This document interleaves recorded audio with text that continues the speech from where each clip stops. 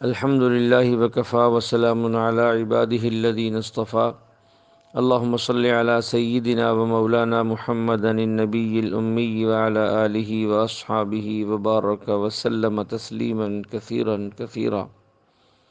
میرے معزز خواتین و حضرات، اسی صورت کہف کے آخر میں اللہ جل شانہ نے ایک اعلان کروایا ہے اپنے محبوب سے، قل انما انا بشر مثلکم یوحی الی انما الہکم الہ واحد، کہ میرے محبوب آپ اللہ کی طرف سے یہ اعلان کر دیں اور لوگوں کو یہ بات بتلا دیں کہ میں بھی بشر ہوں، تمہاری طرح کا ایک انسان ہوں، اور تم بھی بشر ہو، فرق یہ ہے کہ مجھ پر رب کی طرف سے وحی آتی ہے، تم پر وحی نہیں آتی۔ اس بات کو میرے سارے ہی سننے والے اچھی طرح سمجھیں کہ لفظوں میں بعض دفعہ اشتراک ہوتا ہے، مقام میں اشتراک نہیں ہوتا۔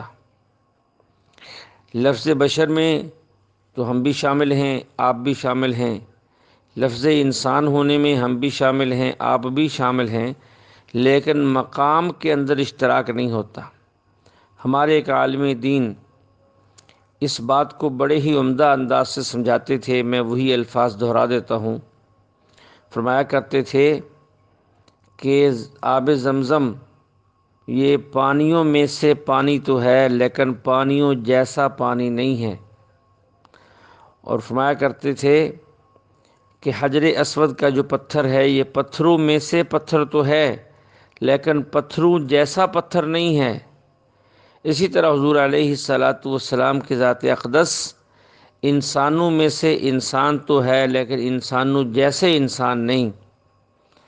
یعنی جس طرح زمزم کے مقابلے میں کوئی پانی نہیں، حجر اسود کے مقابلے میں کوئی پتھر نہیں، اسی طرح حضور علیہ الصلاۃ والسلام کے مد مقابل کوئی انسان نہیں۔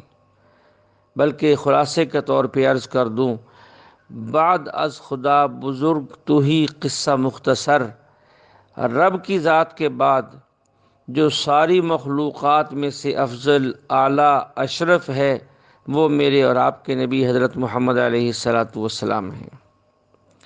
اس کے بعد اللہ فرماتے ہیں فمن کان یرجو لقاء ربہ فلیعمل عملا صالحا ولا یشرک بعبادۃ ربہ احدا، کہ خدا کی طرف سے یہ وحی بھی ہے، یہ حکم بھی ہے، یہ بھی بتا دیے جائے کہ جو شخص اللہ تعالیٰ سے ملنے پر یقین رکھتا ہے اسے چاہیے کہ وہ نیک عمل کرے، اللہ کی عبادت کرے، اور اللہ کی عبادت میں کسی کو اس کے ساتھ شریک نہ ٹھہرائے۔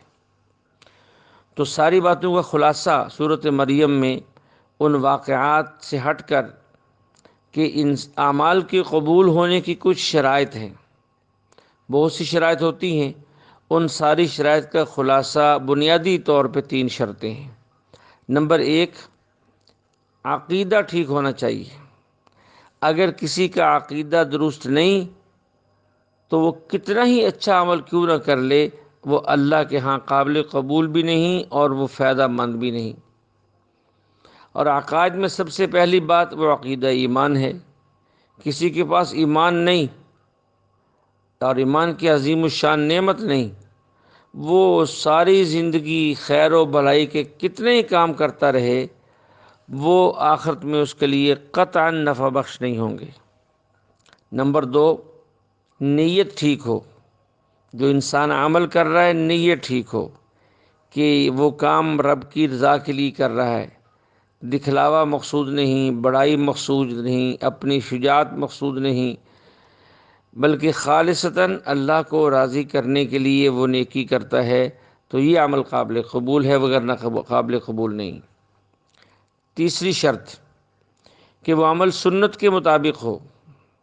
اگر وہ سنت کے مطابق ہے، بظاہر دیکھنے میں کسی کو کشش نظر نہیں آتی تو کوئی حرج نہیں، وہ کام نیک بھی ہے، وہ نفع بخش بھی ہے، اللہ کے ہاں قابل قبول بھی ہے، اس پر دنیا آخرت کے اندر اجر بھی ہے۔